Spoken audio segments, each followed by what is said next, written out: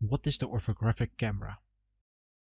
A orthographic camera is a camera in which you don't see depth, regardless of how far away your object is. The size will look the same.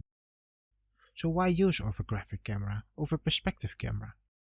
The reason you might want to use the orthographic camera is for game overlays like health or mana.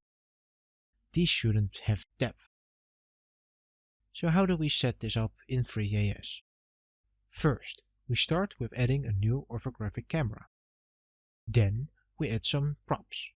These are left, right, top, bottom, near and far. These properties combined define the camera's viewing frustum. Now we have to add the camera to the scene. Afterwards we are done.